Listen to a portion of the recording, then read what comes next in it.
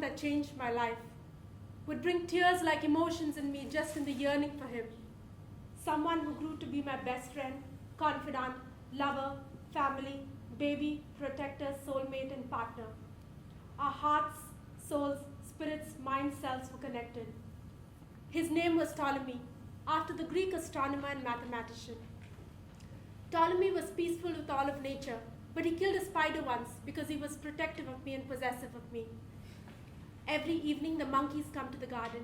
Ptolemy is desperate to be friends with them. The peacocks also come to the garden, sometimes alone, sometimes in pairs.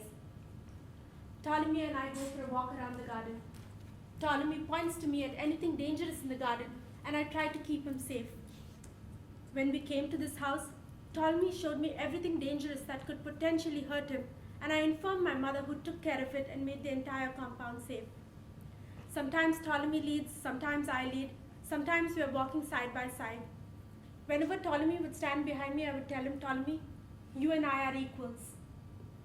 I was 83.7 to 90.39 pounds at this time, the exact same as Ptolemy. I loved Ptolemy so deeply, I was his best friend, that one of the many ways to prove this was that I wanted to be the same weight as him. Ptolemy accompanied me while I was smoking, but he did not like me smoking.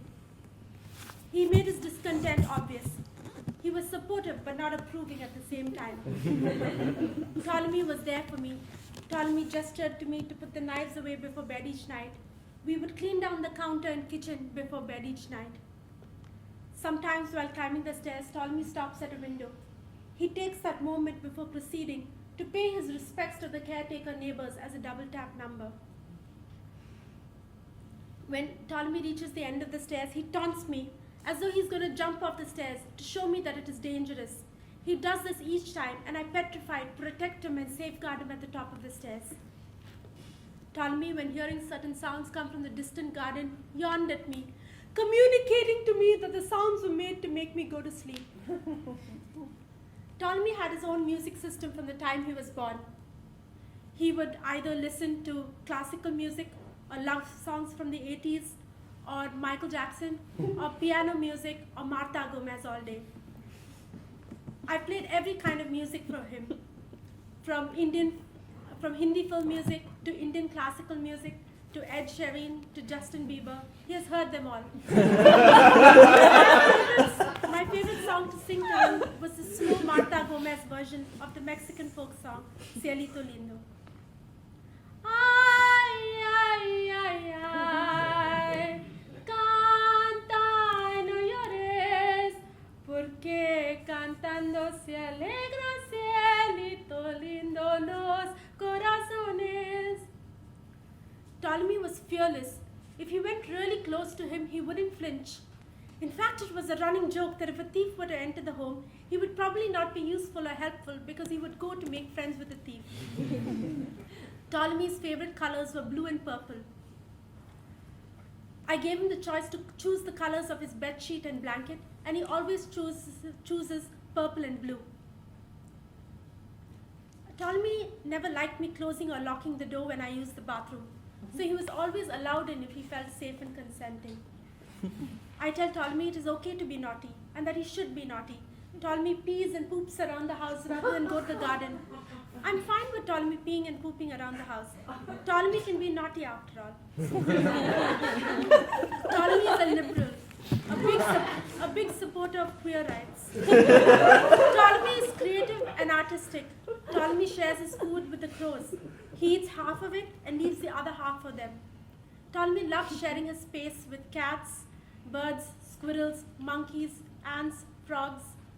I remember this one time my sister's 2 dogs had come to visit Ptolemy and our home. Ptolemy's bed was in the center of the room.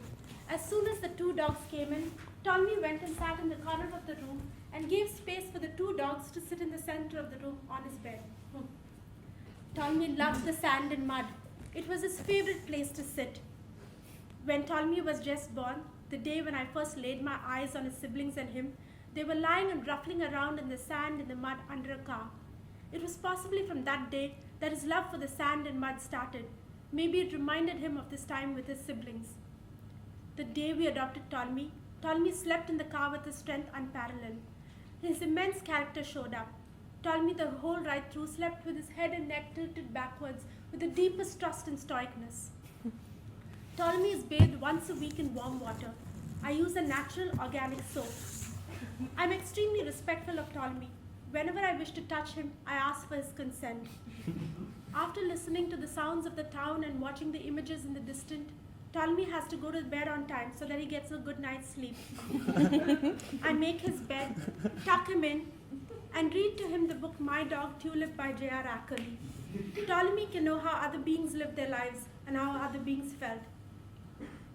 Ese lunar que tiene cielito lindo junto a la boca, no se lo des a nadie, cielito lindo que a mí me toca. Ptolemy sometimes would sit in the back of the car looking mentally unwell with his penis sticking out and his head to the side, as though saying he's willing to be people's lovers. It would disturb me. Why is Ptolemy hurting himself? Why is Ptolemy harming himself? What is his trauma? Ptolemy was part of the game. Ptolemy knew the game, but I did not know how he knew everything. How did he know about Vermont? How did he know everything in my mind, even though I had never told him? Ptolemy could hear my insides, because if I had an intrusive, inappropriate experience or expression about him, his heart would drop with hurt and he would have sadness in his eyes. I had hit Ptolemy 3 times already. Each time Ptolemy had done nothing at all. Ptolemy cried in the night after I hit him for the first time. He cried like a human being. It was the first time I'd seen Ptolemy cry. Because I hit him, I sent him away to my mother's for him to live with her instead. Ptolemy cried again when he had to leave because he wanted to be with me. Ptolemy always responded to my violence with kindness. He either showed his left foot or tapped both his feet. Ptolemy was hurt, affected, disturbed when I was unwell. Where I couldn't speak for myself, he ensured he spoke for me to the entire world. Ptolemy felt he was a burden and that it was because of him. The truth was that he was never a burden and nothing negative in my life was ever because of Ptolemy. Yes, he deserves comfort, health, safety, respect, equality, and has the right to be intelligent. He can't be forced to be unintelligent. He can't be forced to harm himself. Ptolemy, this is the decision I have to make between being here with you and going to Bennington College in Vermont. I don't know what I'm going to do. I'll never want to leave you, Ptolemy, I promise. I'll always be with you to take care of you and keep you safe and protected. But I have to decide. What should I do? Ese lunar que tiene cielito lindo junto a la boca, no se lo des a nadie, cielito lindo que a mí me toca.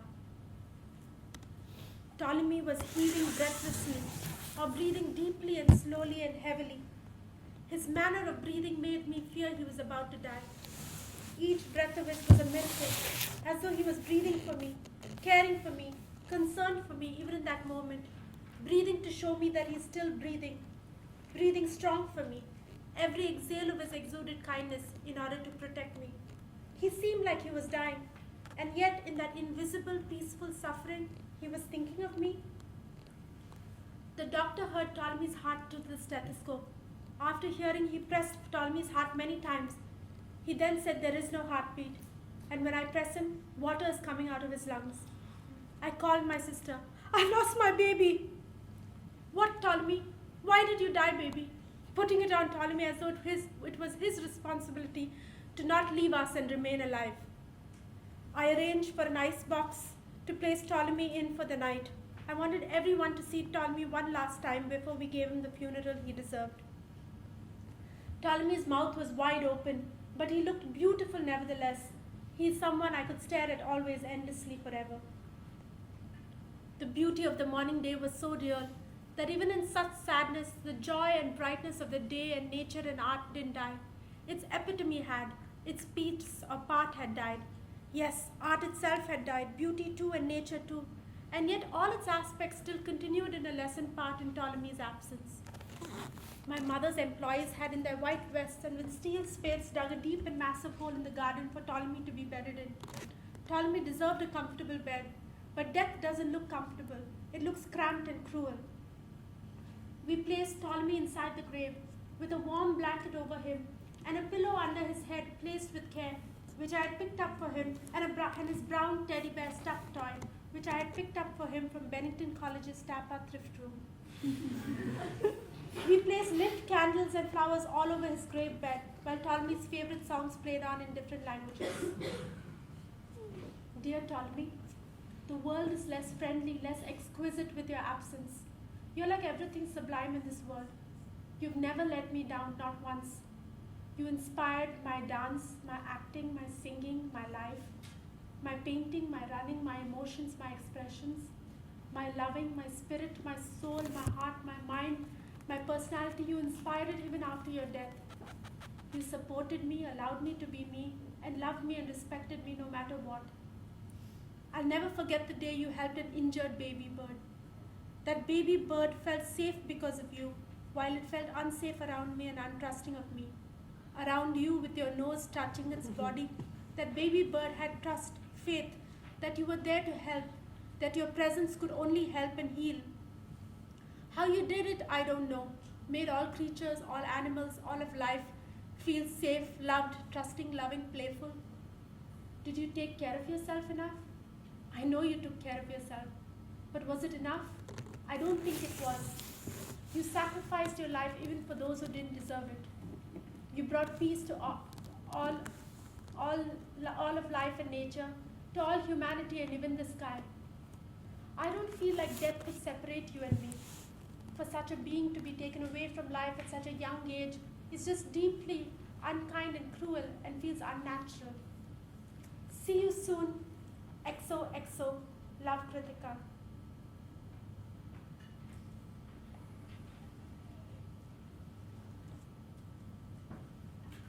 His eyes were full of life, full of bright, shining, sparkling light.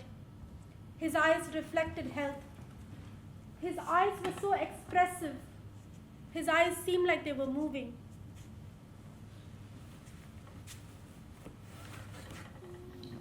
How could he be dead? How could such a life-affirming being be dead? Ay, ay, ay, ay, canta y no llores, porque cantando se alegra cielito lindo los corazones. Ay, ay, ay, ay, canta y no llores, porque cantando se alegra cielito lindo los corazones.